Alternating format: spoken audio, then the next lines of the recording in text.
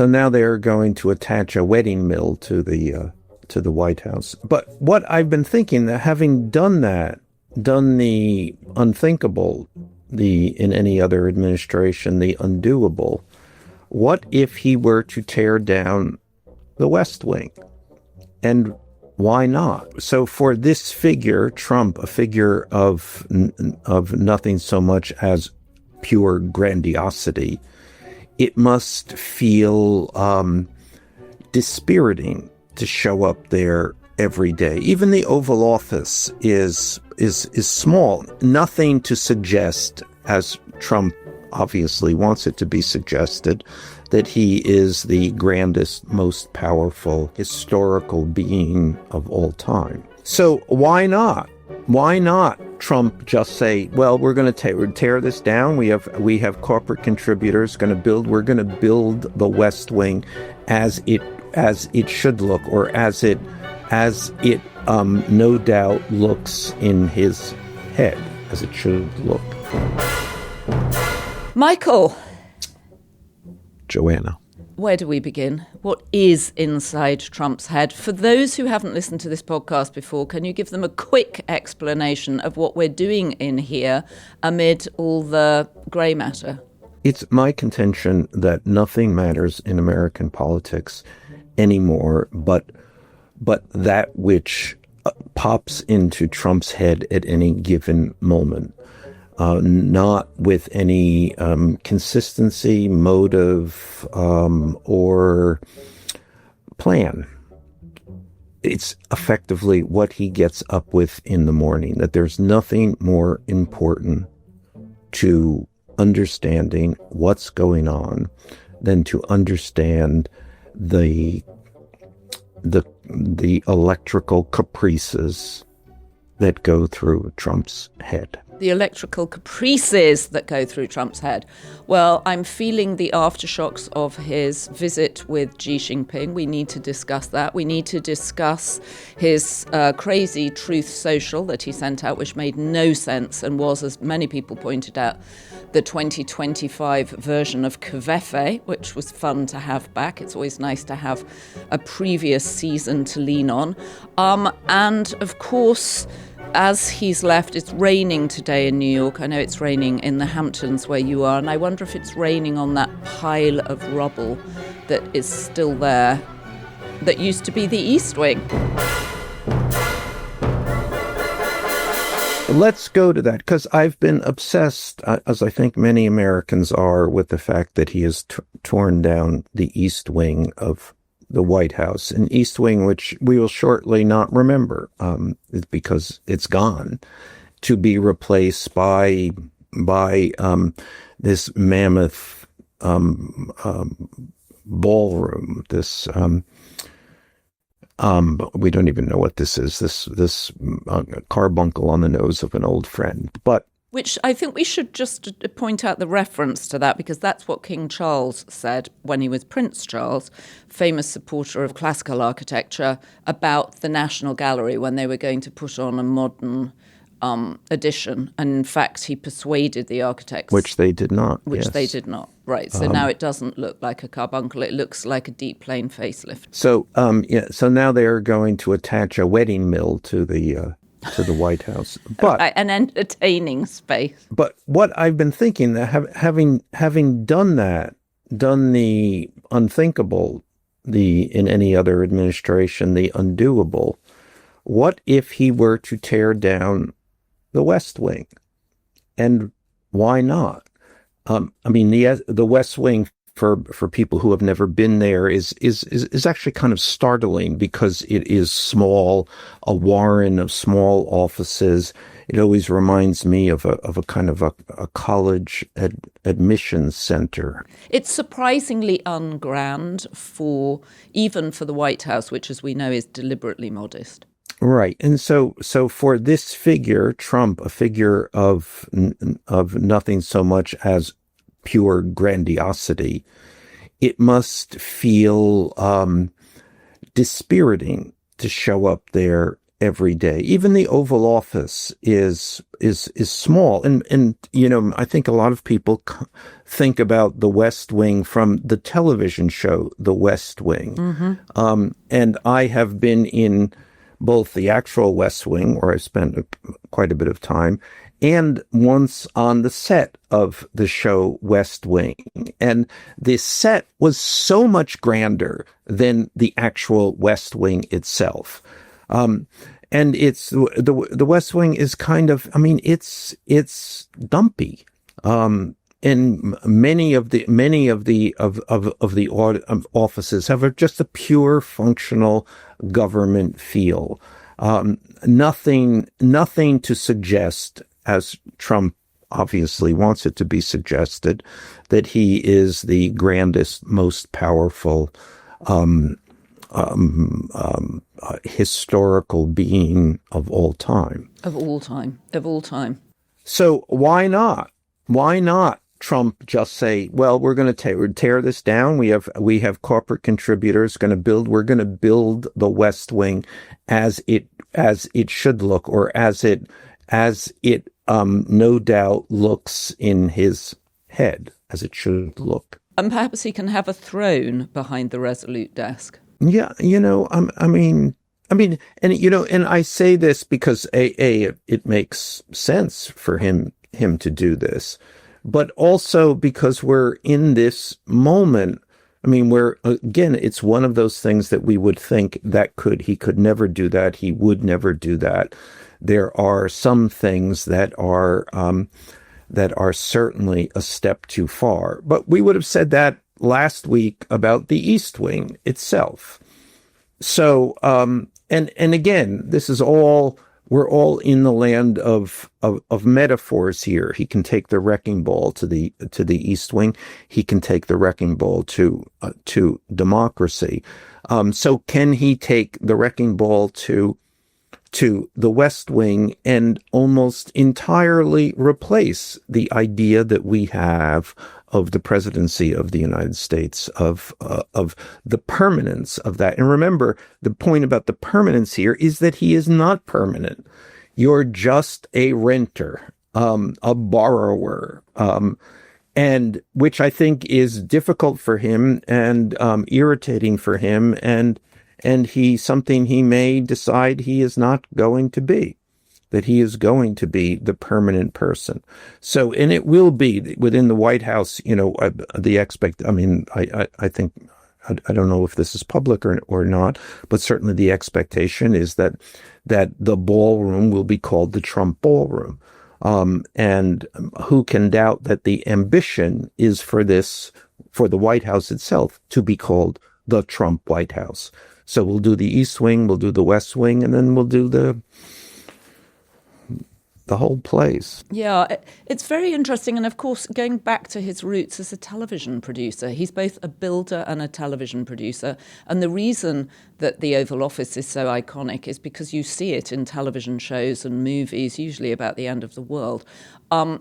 And I remember, to your point about being on the West Wing set and having obviously been in the Oval Office, I remember taking some of the cast of Scandal, which is set, obviously Tony Goldwyn plays the president, taking them the weekend of the White House Correspondents' dinner to the White House. And many of them had never even been to Washington before, and they were like, oh my goodness, this is the river where we pulled the body out of. This is where, Kerry Washington has the affair with the president.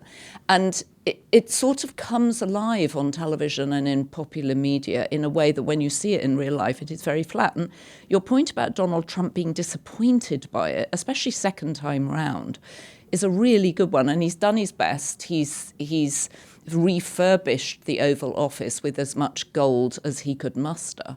But why not refurbish the whole of the West Wing? Indeed, the whole place. And what he has done there, he basically says this is a shithole, and I had to gold leaf everything here and change the frames on the portraits, and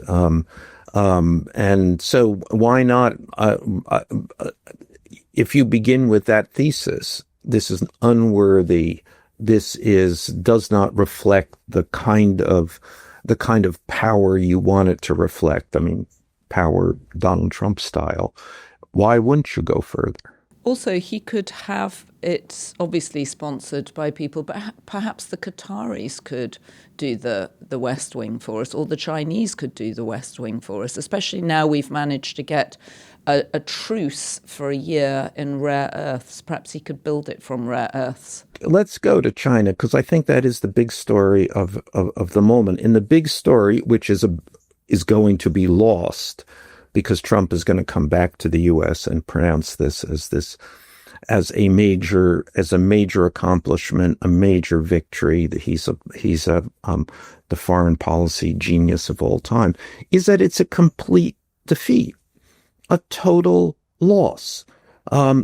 He went to effective war or Cold War against China, and with layering tariff after tariff, bring China to its knees. And all that he has succeeded in doing after 10 months is basically restoring where we were, to getting back to where we were before he began this. The Chinese outplayed him. They won. He gets nothing. And the Taiwanese get less than nothing, because he's sort of pulling back on support for them too. Yeah, no, I mean, this is a pure defeat. And I wonder again, I mean, this is, for the Democrats, this ought to be something that, this is a gift to them. Here is Donald Trump in abject failure. What will they do with this? How do they make that clear to the American people? With, at the same time, Trump going to come back and he's going to declare this a win. Incredible. America. So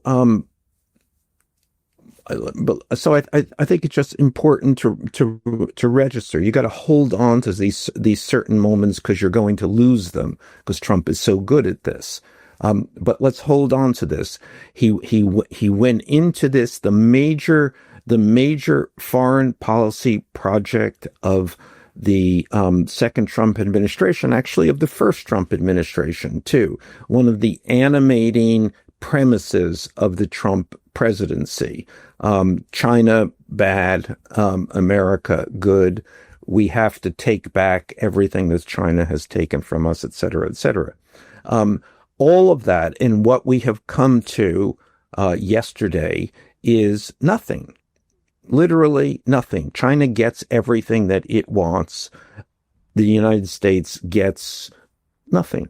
Well, and almost even worse than nothing, because it feels more precarious now. We've got a year, right, with a sort of uneasy truce. I would have thought this would be very good news for Democrats in the heartland, where farmers are no longer able to sell their soybeans to China. Maybe now they will, but it never dawned on Donald Trump that the Chinese would be able to buy soybeans from other countries, which they've started doing. And the same deal for the farmers goes as it was before the Trump administration began. So we've gotten nothing. We're just returned back to square, I think, a literal square one. Well, and he comes back to, I think, day 30 of a government shutdown. He comes back to rising prices, which even he admitted on the plane on the way out there. And he comes back to a delay in the inevitable, which is Congress asking for him to release the Epstein files. Right, which will continue on certainly as long as the government is closed for business. And then we should talk about what happens after that. But I want to go back there to your vivid picture of a presidency in crisis, I would say, and that crisis is reflected in the latest polls, which are terrible. The latest polls are absolutely terrible for him. But again, he's saying my polls are fantastic. There've never been better polls. I'm polling. People love me. there's no indication actually that people are really loving him right now. No, and again, I think we should mark this, because it is again one of the things. We know the reality. There's the reality. The polls are terrible. There is the Trump version of reality, which is the opposite of actual reality. Right. And that will happen with China also. And the thing about Trump's depiction of the thing about Trump's reality is that it's remarkably strong. Trump's reality is the reality that seems most often to prevail. So what's that about? And we can go back into his head because understand what that does to his head, which is to say, I don't have to deal with reality, or reality, as has been confirmed again and again and again, is exactly what I want it to be. And that works. I mean, that's the utterly confusing thing about life in the Trump era, in Trump's time, is this, on the campaign, during the campaign, they used to talk about, within the campaign, about the two-screen reality.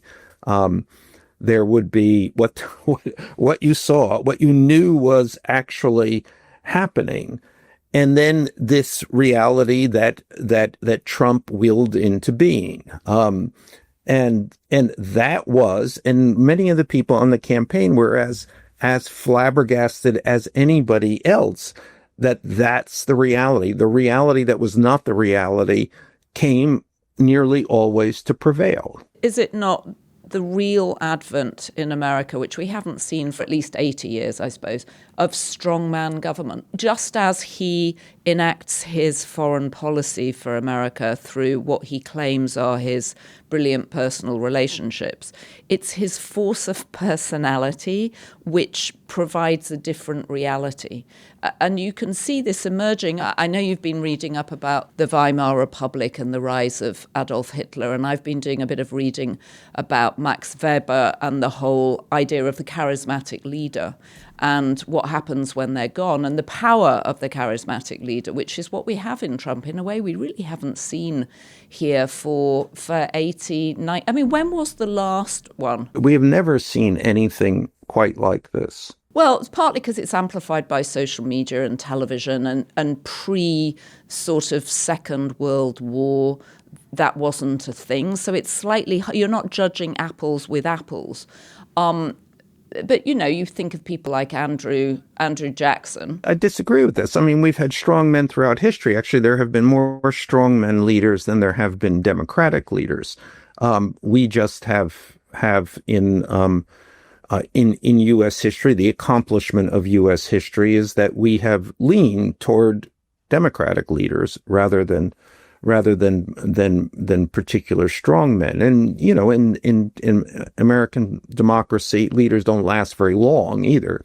So it's kind of hard to be a strong man when you have when you're, as we say, just renting the office. Squatting in the office. I prefer to think of him as squatting. But I think what Donald Trump is doing is actually what strongmen do, isn't it? Which is he's breaking all the rules. He's bombing random boats in seas where we've got no business bombing boats, and he doesn't appear to have any evidence for why he's doing it, which seems to me a lesson straight from Duterte in the Philippines. I mean, that's what he did. I want to make a distinction here because strong men are often highly strategic, highly political.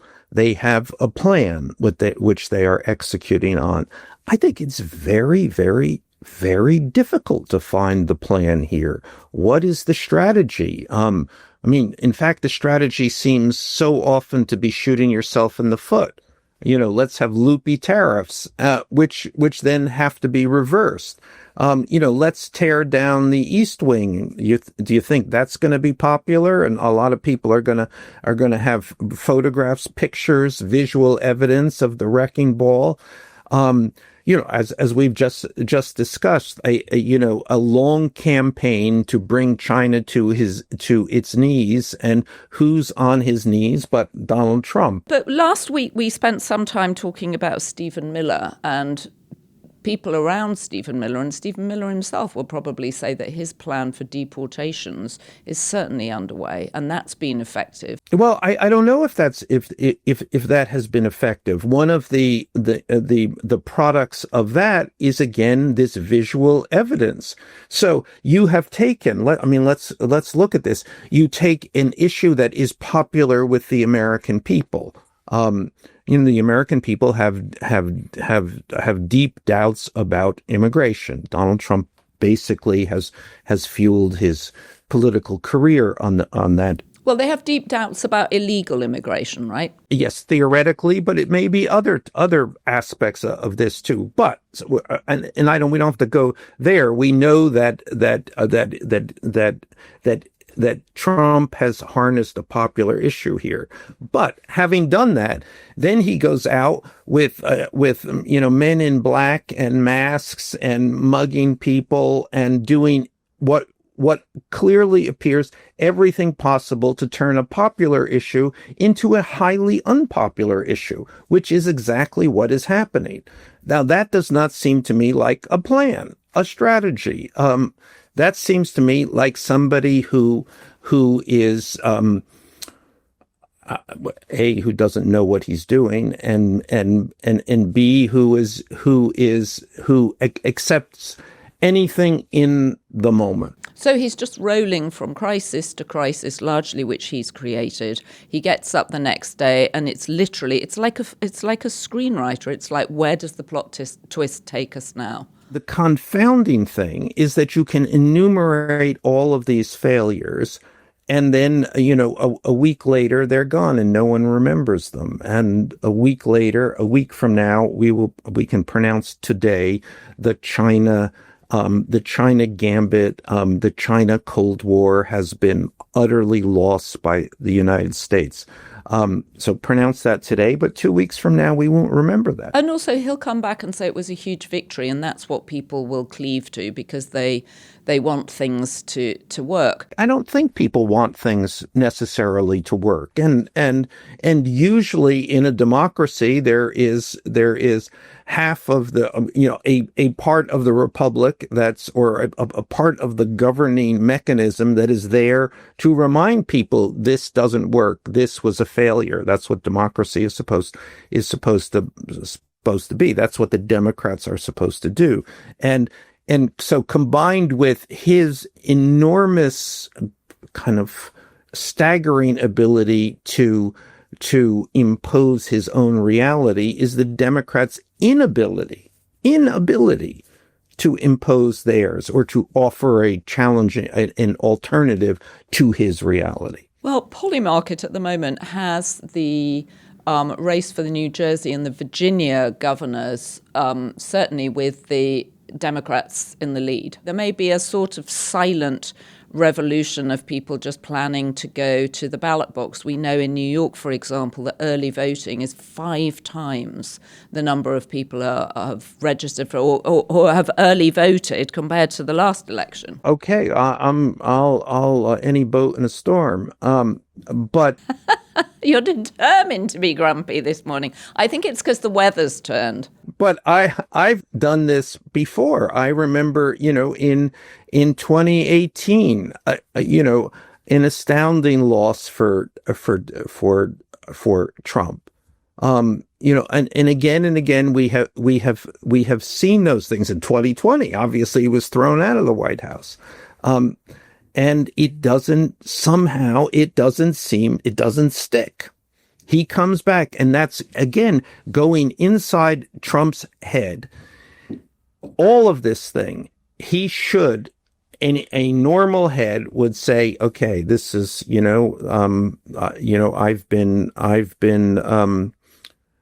I got to pay attention to this. This wasn't good. This failed. This is a bad news situation. China is bad news. It looks like it could be that the midterms are going to be bad news. I have to respond to this. I have to I have to change my path, which he doesn't.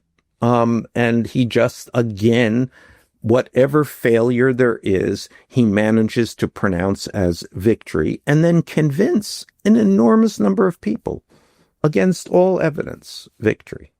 Gavin Newsom claimed that the Truth Social that Trump posted, which appeared to say South and then it said car or cared, and he was probably trying to, in all fairness, post South Korea, but he managed to use the letter D several times. Governor Newsom tweeted out, "Oh, the D is for demented."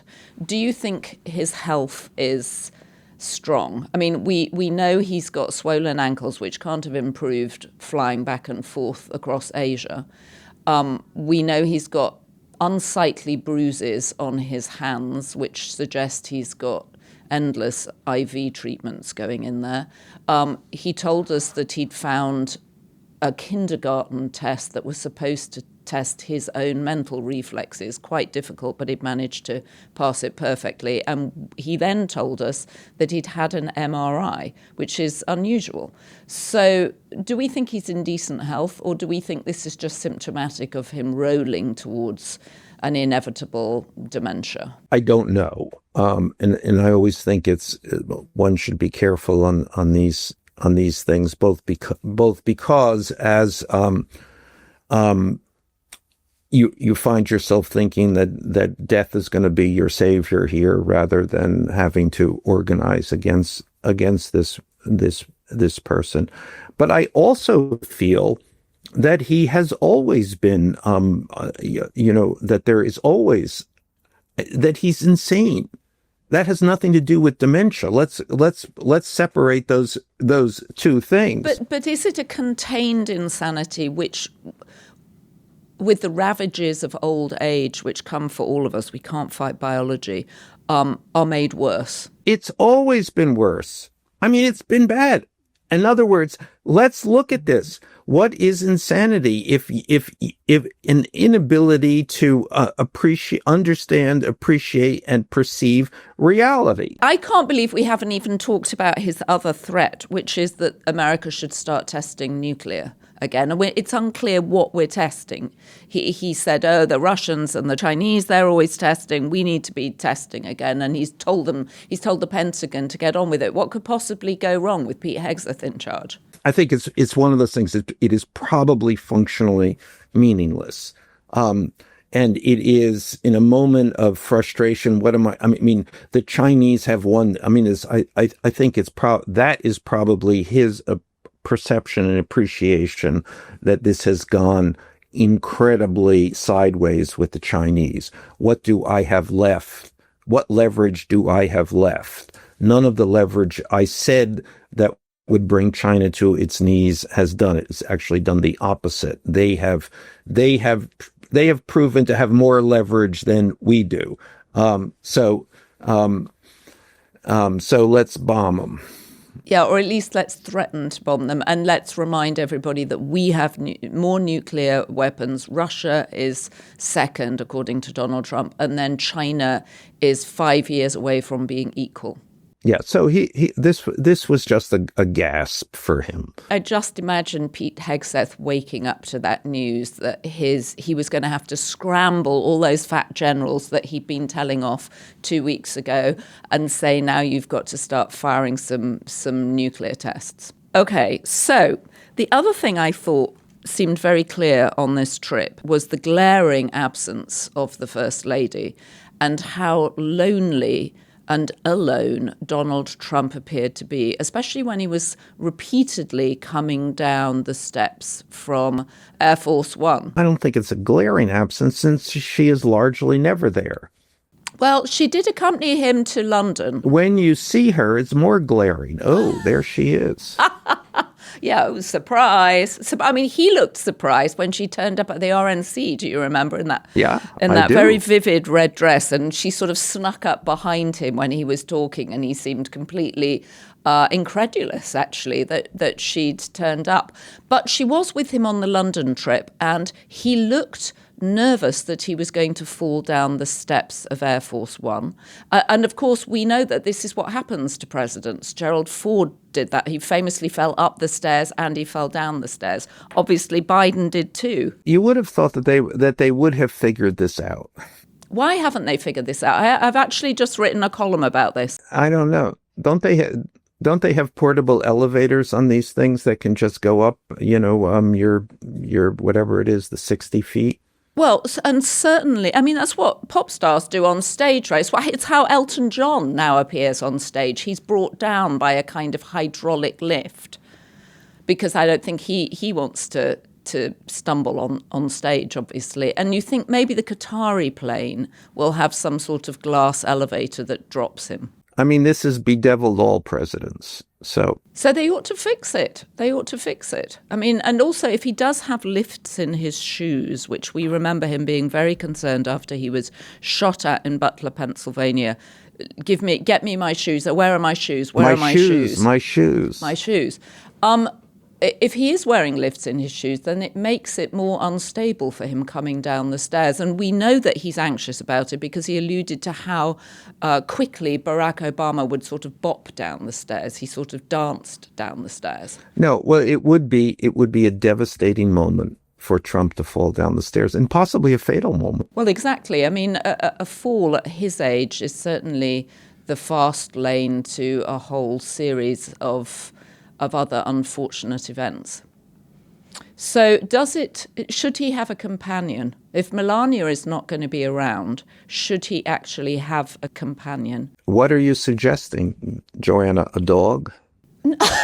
No, because the dog might pull him down the stairs, right? That's the other thing that's bad for old people. They get dogs that are too big for them. And then this is what happened to Liz Smith, the great gossip columnist. She went out, she had a dog, the dog pulled her over in the ice, and it was very, very hard to recover from the fall. And Trump is distinctly not a dog person. All other presidents have dogs. Right, he's not an animal person, right? He wouldn't know what to do with an animal. No, I'm suggesting the sort of companion that old ladies used to have. You mean what was old ladies used to, that was called a walker? Well, no, he could have a male companion. I mean, he could have a member of the Secret Service walk down the stairs with him, because if he falls, there is no one to catch him. What does that mean? He's going to go down on the arm of a big guy? No, the guy just walks one step behind him, ready to lunge to save him if he looks unsteady on his feet. Well, that's a pretty sight. Well, it's better than him bumping all the way down to the bottom of the staircase. I mean, older people do have people that you see them all the time in New York.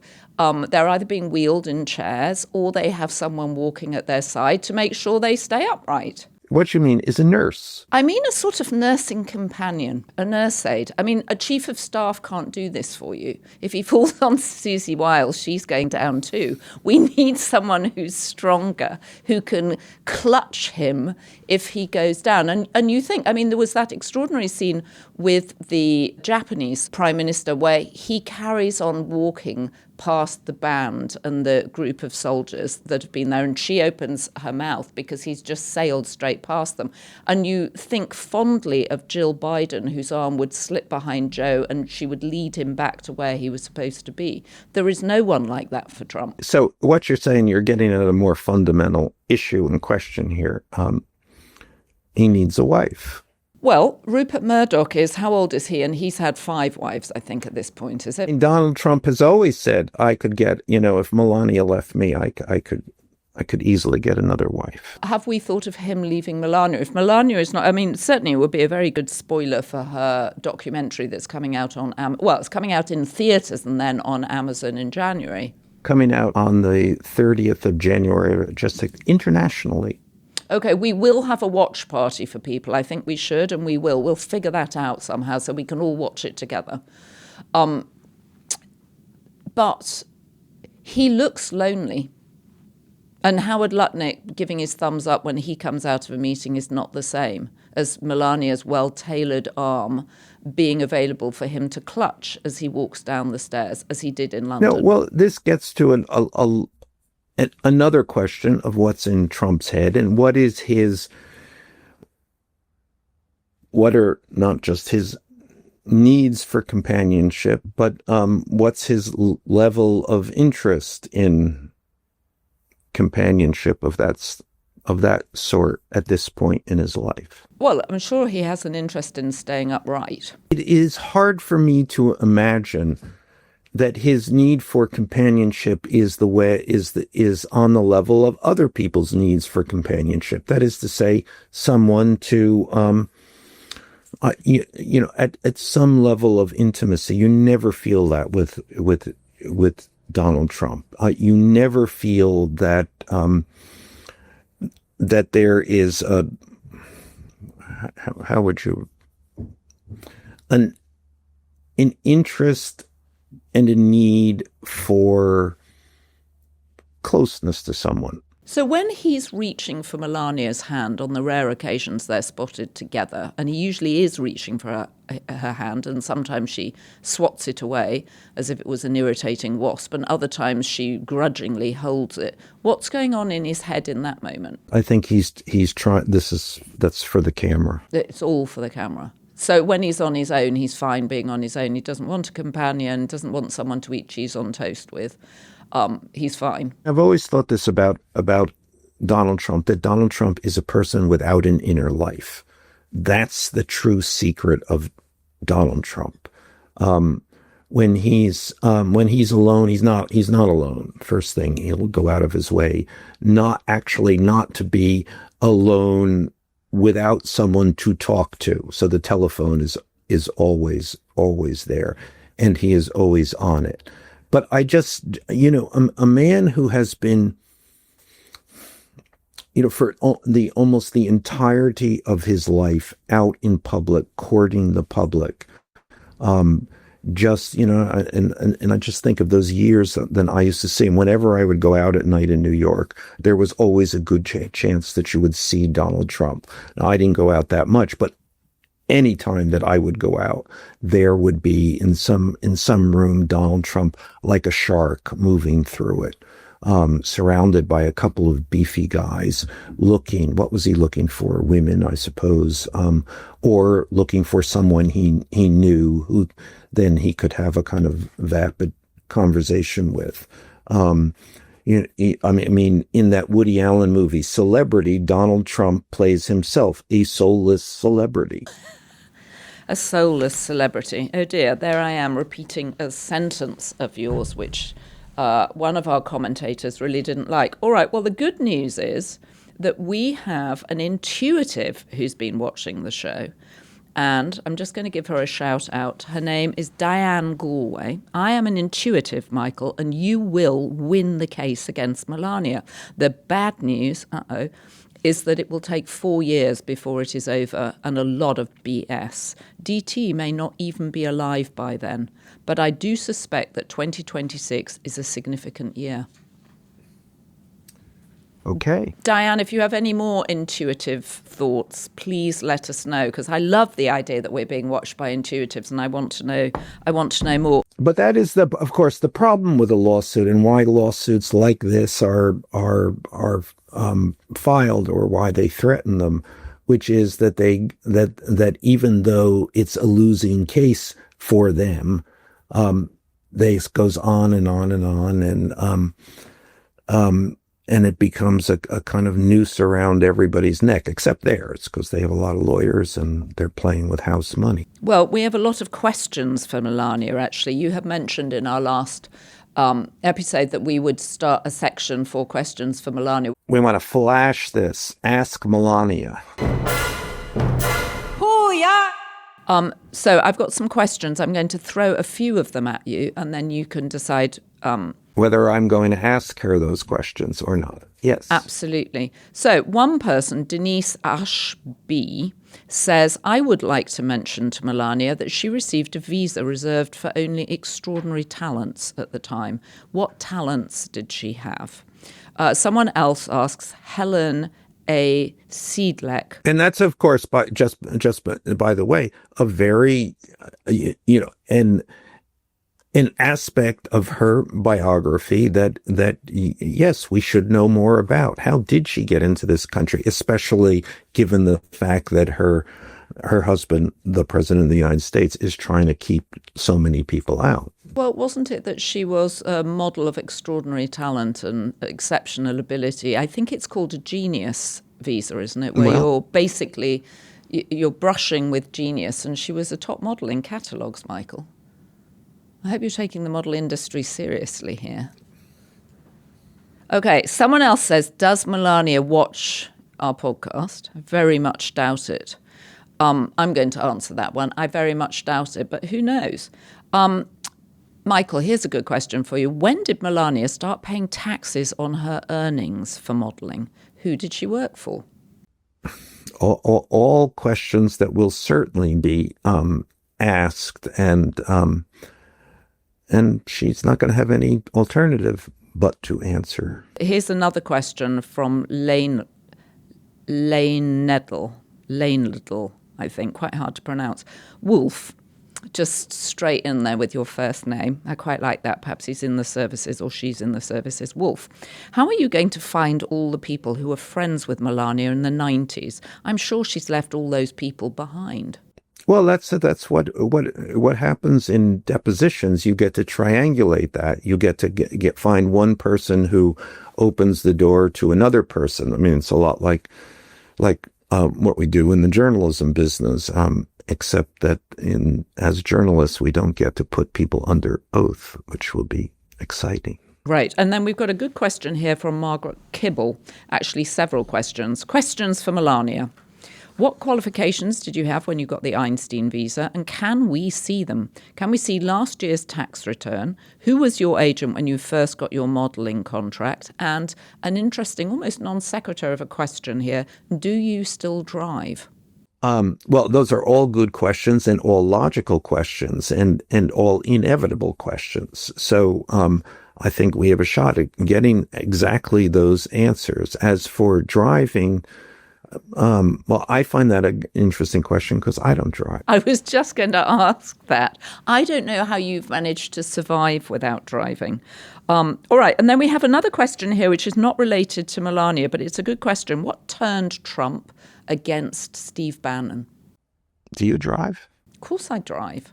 And you didn't have any trouble moving from one side of the road to the other side of the road? No. Being as how you're... You mean because I grew up trained to drive on the left and now I drive on the right? Exactly. No, except if it's very late at night, sometimes I might think to myself, ooh, am I on the right side of the road? If I'm tired. The Brits seem to make that transition with some ease. Americans never do. You know, actually, when American tourists go to London, one of the issues for them is they frequently step in front of cars going the wrong direction. It's the most common form of American accident in London. All right, what did turn Trump against Bannon? Me.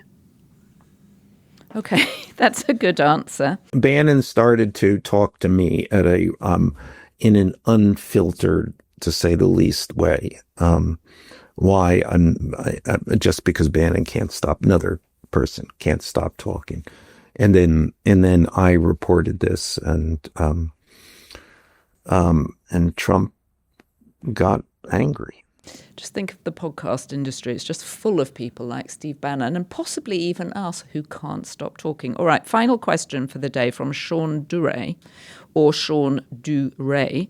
Can the American people file a class action lawsuit against the company who did the demolishing of the East Wing, I think, for not having the proper permits and permission to tear down the people's house? You know, I don't know the answer to that. And I guess it doesn't really matter because, as you've made the point before, once it's demolished, it's gone.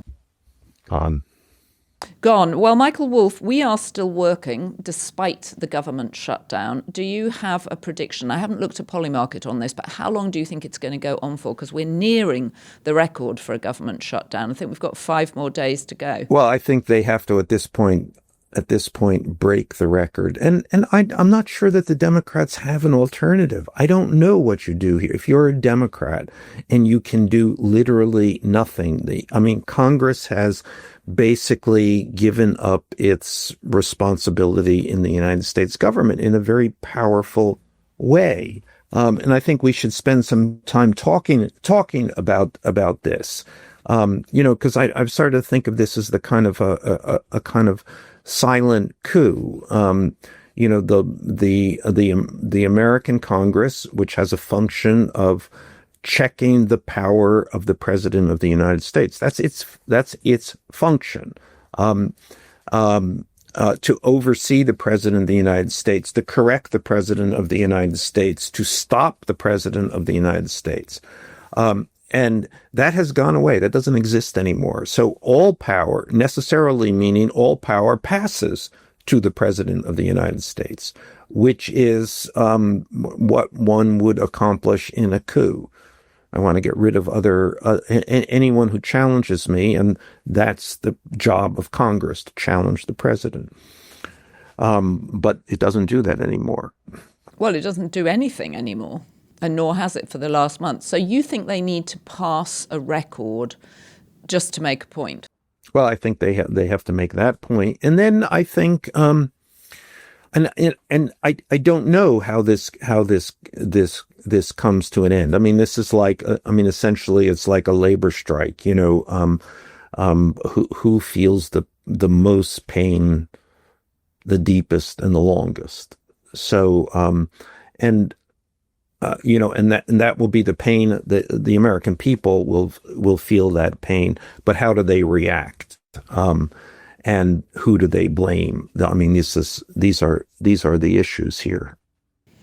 All right. Well, let's talk a little bit more about that on Saturday, the idea of a silent coup, and also whether or not this is the one way that Democrats can actually express their power, by refusing to give in on the demands they have for healthcare.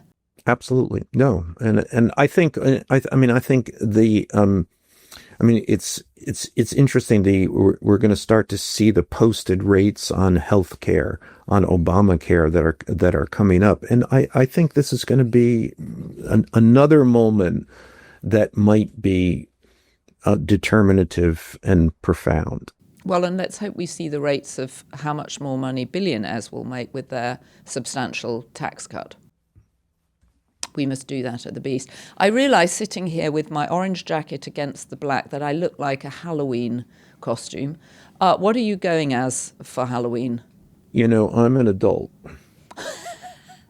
Well, what does that mean? I do have young children, however, who seems to have many options of costumes that they might or might not wear, depending on how they feel at the moment. I'm fairly convinced that Victoria, your wife, who's master at home crafts, will have made them beautiful costumes that she's hand sewn and made with bits of driftwood from the beach and shells. This is true, and many more than one costume. How are you feeling this, or are you feeling that at the moment? You have to go out into the world. When was the last time you wore a Halloween costume, Michael? I don't know. Maybe I was 9 years old. Okay. It's become a thing since then. Anyway, we will meet again on Saturday to figure out, has Trump managed to pass off his defeat as a victory somehow from his conversations with Xi Jinping, and whether or not there's been any movement whatsoever on the shutdown, which is impacting hundreds of thousands of Americans, especially this Saturday when the SNAP food supplement stops going into action. I would say I would look forward to it, but I don't look forward to. This is an enormous amount of pain that people are going to experience. I don't want to end on a down note, but it's hard not to focus on that, and also the fact that Donald Trump has expressed no sympathy for people in this situation whatsoever. He seems utterly unable to talk about the shutdown. He seems to have completely delegated it to Mike Johnson. This is extraordinary, and we ought to come back to this, because I think this is an interesting moment of who's going to get blamed. Okay, well, that does give us something to think about.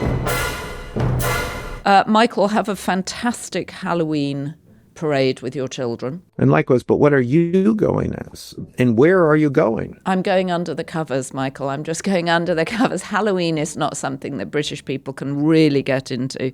And my children are now grown, so happily I don't have to last minute order from Amazon or from Ricky's Halloween shop a costume, which I planned to do 3 months ago, obviously forgot, and then they end up getting the tail end of what everybody else has left behind. They can take it out with their therapist at some point. Okay, Michael, I want you to tell people to subscribe, leave comments, and thank our production team. Subscribe, leave comments. And don't forget to join the Daily Beast community. We got some new members yesterday, which I'm very excited about. All right, we'll be back on Saturday afternoon on YouTube, Saturday night on Apple and Spotify, wherever else you get podcasts. Don't forget to subscribe, and see you then. And a shout out to our top tier B-Beast members, Karen White, Heidi Riley, Connie Rutherford, Sharon Shipley, Andrea Hodel, and Free DC. And Devin, Anna, and Jesse, where would we be without you? Happy Halloween.